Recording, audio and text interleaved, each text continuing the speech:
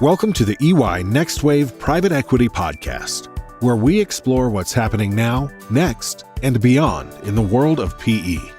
Digital, sector, talent, value creation, ESG. These topics are top of mind for executives across the global private equity ecosystem. Join us for the insights you need to reframe the future of private equity. Now, here's your host, Winna Brown from EY. Today, we will be exploring how the shifting geopolitical landscape is affecting private equity.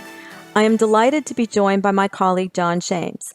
Jon is a senior partner at EY, and in his 35 years at EY, he has worked with private equity firms for over a decade and also leads our Geostrategic Business Group. This group helps companies understand the impact of geopolitics on their business and how to navigate the volatile global landscape and translate geopolitics into a business strategy. Jon, welcome to the podcast. Thank you, Winna. So, Jon, many people in our audience is probably going to be surprised to hear that EY has a Geostrategic Business Group. Are you able to explain a little bit more about what this group does and, importantly, why EY feels it's a critical part of our business? Yeah, absolutely. So we started this group 3.5 years ago, and it really wasn't a response to all the different geopolitical events that were taking place around the world. If you think about it, 3.5 years ago in particular, this was the beginning of the rise of nationalism and populism. It was the start of a much bigger focus around bilateralism. And we really felt that our clients were really challenged by that environment and really needed help. And we felt that EY, with its 300,000 people around the world in almost every country, in almost every city, was really uniquely able to help our clients deal with these issues on a global basis as well as on a local basis. So we started this group, and we've really been focused on making sure that we provide insights around this topic, but it's really around business and the intersection between strategy and geopolitics. And we call that geostrategy. And so we really feel that that's a needed area where EY can really be helpful to its clients. That makes a lot of sense. And perhaps, though, before we dive into the impact on the private equity sector specifically, perhaps you can explain a little bit about how EY sees the geopolitical landscape evolving and what you're actually sharing with our clients and underlying trends. I imagine the geopolitical landscape over the last couple of years has certainly given you a lot to talk about. Yeah, absolutely. And of course, with the advent of the pandemic of COVID-19 the beginning of this year, that really has been a major change that we had not predicted in any way. So we look at this using the 4 NextWave primary forces of disruption that EY has identified. And those are globalization, technology, demographics, and the environment. So just to talk about those. So obviously, from a globalization perspective, this world has been more integrally linked over the last 20, 30 years, and especially over the last 5 years, because of technology in particular, than it ever has been before. But what's happened recently, again, since the beginning of the rise in nationalism and populism, has been really the fact that companies can no longer assume that globalization will continue. And in fact, under COVID-19, we're really seeing a rise of regionalism. We're seeing the rise of 3 major economic political blocs, in the US being one, China being the second, and the EU and Europe being the third. And we think this trend is going to continue. We think that we're going to see more and more regionalism. If you look at where the trade agreements are going, they are no longer multilateral trade agreements. They are generally bilateral trade agreements. The USMCA with China and the US and Mexico is a little bit of an anomaly, but most of them have been country to country, EU to the UK, EU to the US, UK to the US. So we think globalization is a major trend. Secondly, we have technology, and you can't avoid all the different discussions in the press right now around the issues around the US and China and Huawei and 5G and this battle that is going to take place now and in the future. And it's having implications around public health. It's having implications around privacy. There's cyber attack issues.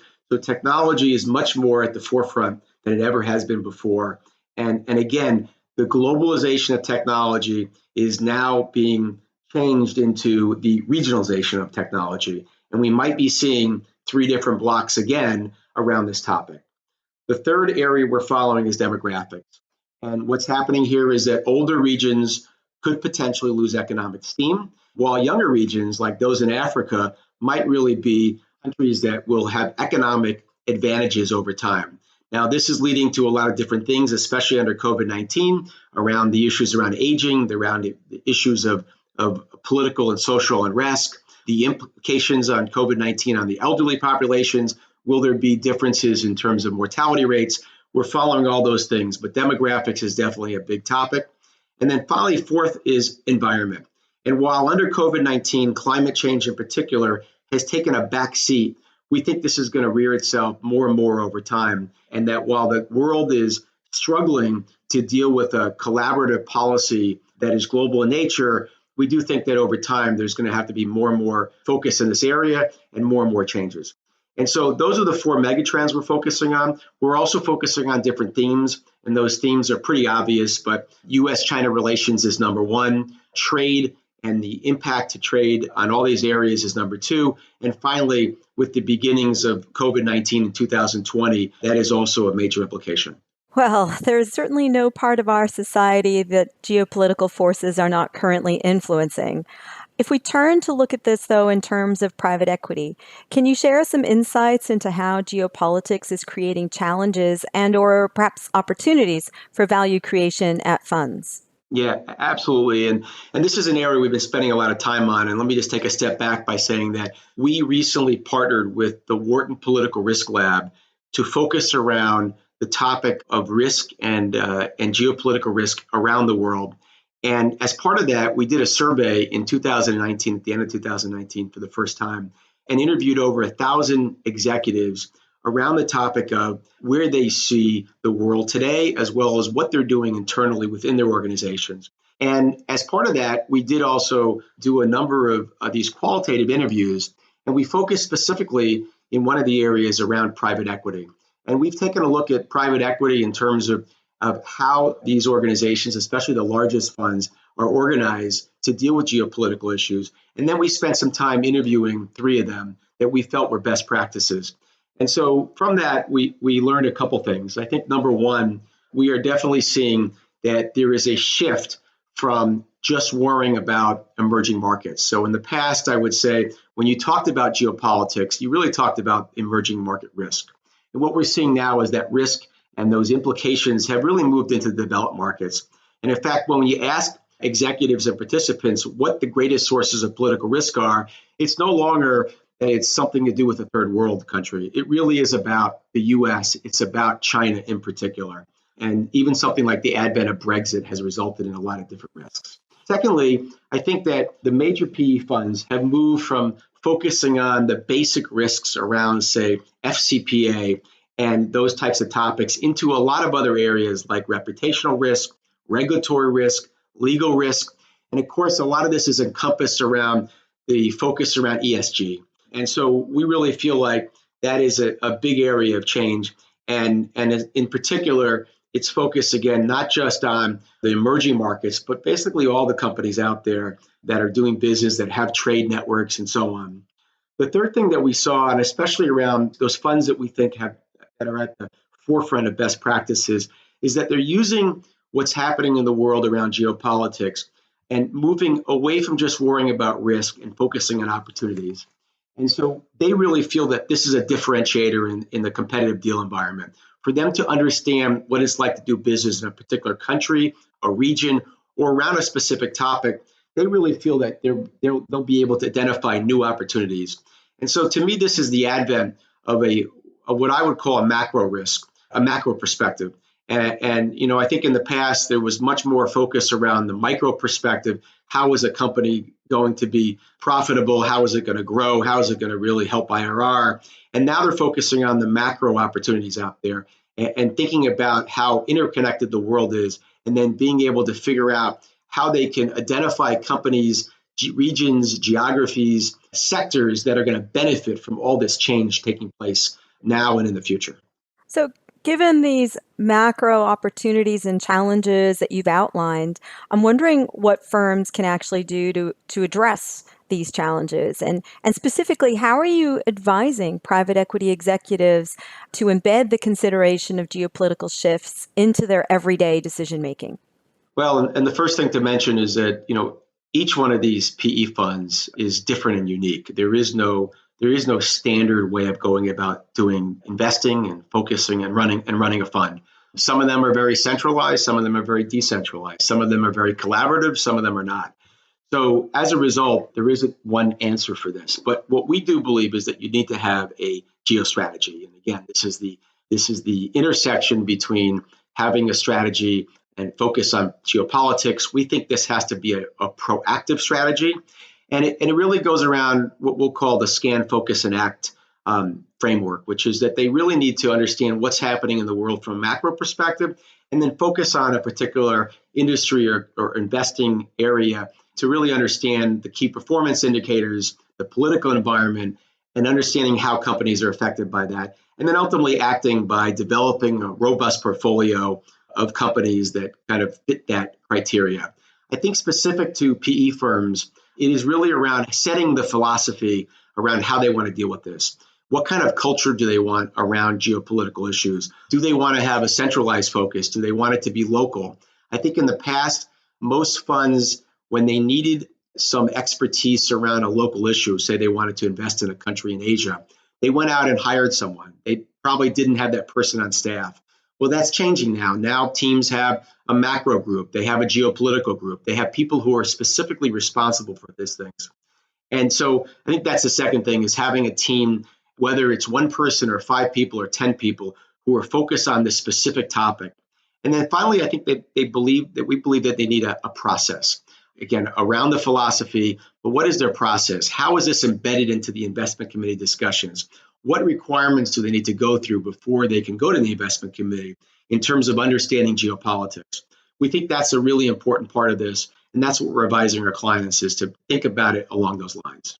And do you think that a PE complex that actually embeds a geopolitical strategy within their framework has advantages over one that doesn't? Obviously, we think they do. We think that by doing it this way, I mentioned before about the issue of risk versus opportunity.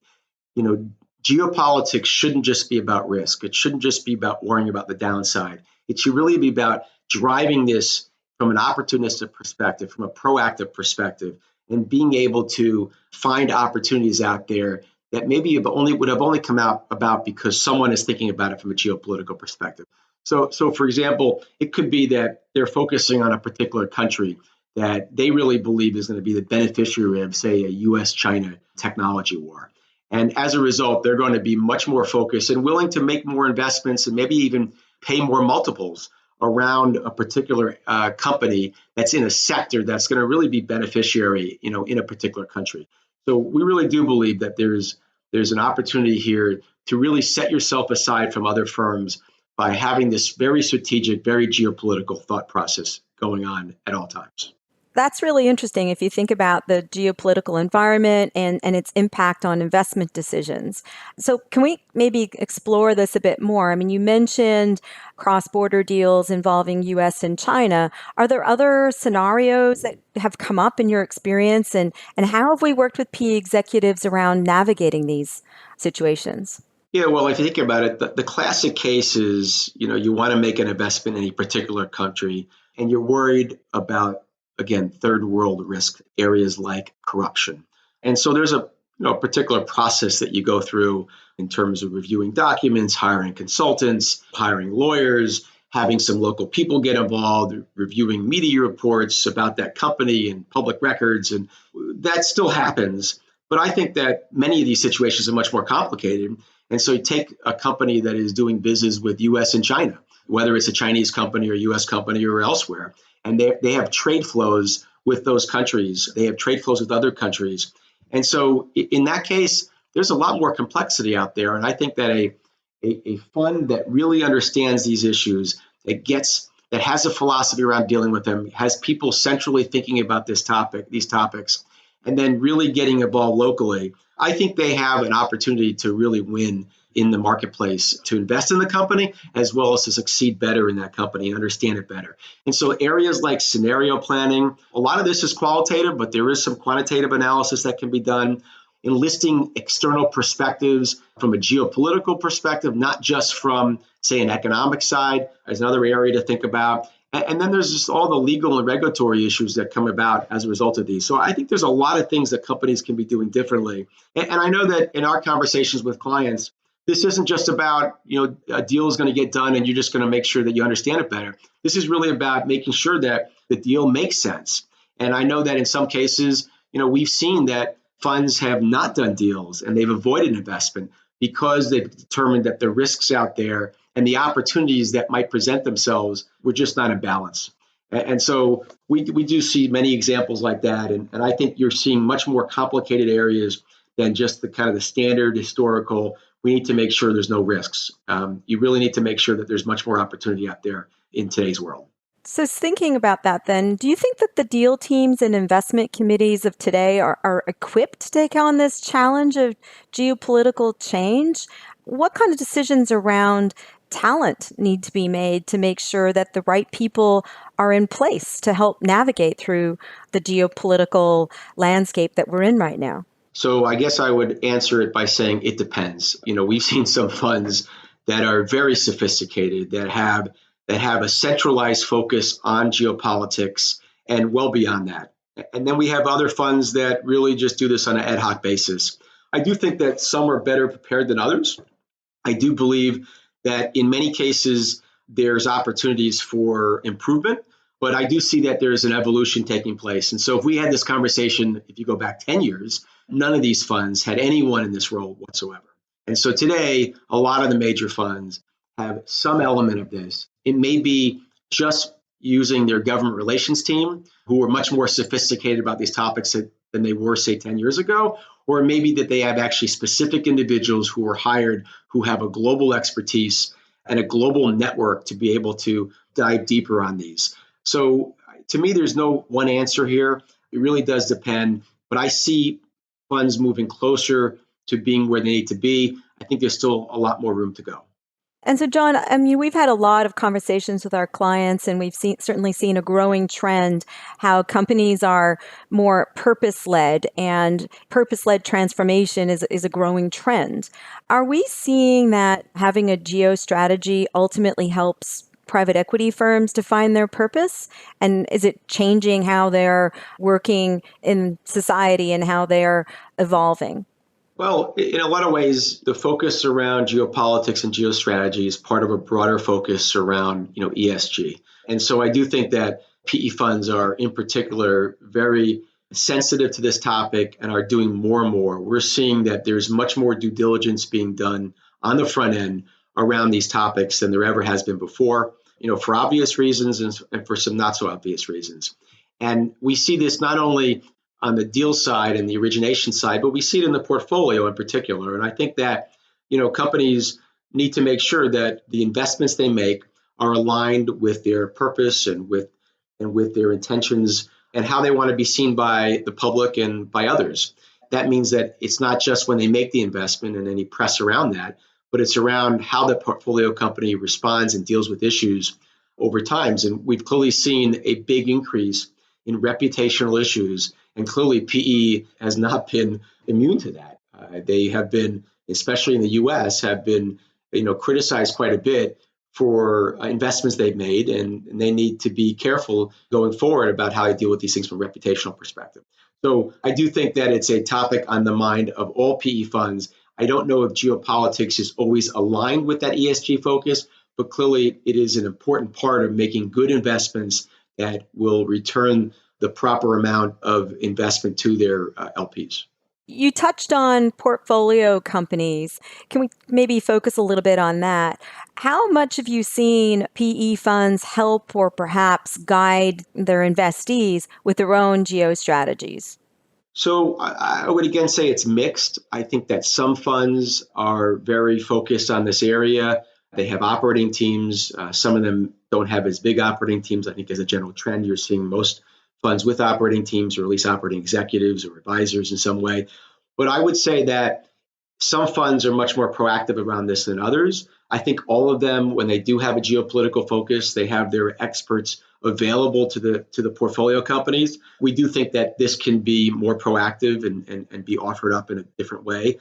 I think also they have a big opportunity to structure the board in a very politically sensitive way and put people on the board who are experts in areas that are of importance to that company. And so if that company is doing business in Asia a lot, do they have someone who's an Asian expert? I think that, one thing to mention here is that, I mentioned the survey that we did at the end of 2019. Again, this was to 1,000 plus CXOs around the world. For example, we had 140 respondents from China. And what we saw was that clearly this is a topic of concern to business executives and companies. They rank geopolitical risks as one of the top risks, and they clearly are sensitive to this topic. They're doing more in this area, but there's probably a lot more to be done. And when you look at within companies, who owns the geopolitical space, there really isn't an answer right now.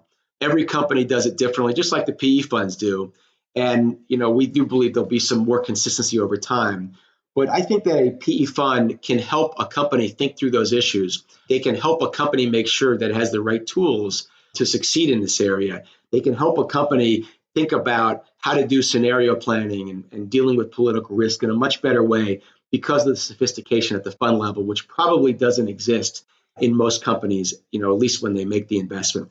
And so I think this topic of being proactive versus reactive is the big changer. And I do believe that PE funds should be thinking about their portfolio from a geopolitical perspective, not just at the deal stage, but all throughout the life cycle, including the exit. So, Jon, you've clearly painted the picture as to why the consideration of geopolitical risk is a critical business driver for private equity, and specifically how firms should be including this focus into their investment strategy and into their ongoing, portfolio life cycle and growth focus. Are you able to maybe summarize what are your top 3 or 4 key leading practices that private equity firms should aspire to adopt as they think about addressing geopolitical risk? Yeah, absolutely. So I think number one, I think they have to recognize that political risk, geopolitical risk, whatever you want to call it, is here to stay. It's more complex than it ever was before. It's not going to be getting less complex. And firms really need a more refined model, both from a philosophical perspective as well as from an organizational perspective to deal with this. And I think PE funds in particular need to think about this from origination all the way to exit. And each of those areas are very important. I think number two, while not every fund is going to have a centralized team or function that can deal with this, I do think that it's something for them to consider and to move beyond risk identification to opportunity assessment. And I think what we saw is that those that we consider to be best practices really use that team to help them with deal origination, to help them think about topics that were global in nature, and really hone in on opportunities that maybe they would not have considered in the past. There definitely needs to be a local focus here, but I think a centralized focus really can be helpful. I think thirdly, this is more than just a check the box exercise and something that they should be doing from a compliance perspective. I think that this should be part of an investment decision process, and it should be integral and incorporated into ESG and other types of considerations. It should be early, it should be comprehensive, it should be something that is culturally part of the organization. I think this is a subtle topic. And this group, whoever you have doing this, needs to bring value. They need to have support from the top of the firm. And there needs to be a culture where this information is desired and that the deal teams and others within the organization are educated around this and that they understand the importance of making sure that they think about these interrelated geopolitical issues as part of the investment process, as well as part of the portfolio growth process. So I think those would be the takeaways that I would tell you I think are the most important and what we heard from other PE firms that we talked to. Jon, that's brilliant. Thank you so much for being on the podcast today and for sharing your insights into how geopolitics is shaping all facets of our world, including how we conduct business and specifically how it's influencing the entire private equity life cycle from investment decisions through to value creation all the way to exit. There's certainly some very interesting times ahead for the sector and indeed for all global businesses. Thank you again. Well, thank you. Appreciate the time. Thanks for tuning in to the EY NextWave Private Equity Podcast. For more thought-leading perspectives and to get in touch with Winna Brown, visit ey.com/private equity. You can also follow us on Twitter at EY Private Equity. We'll see you on the next episode.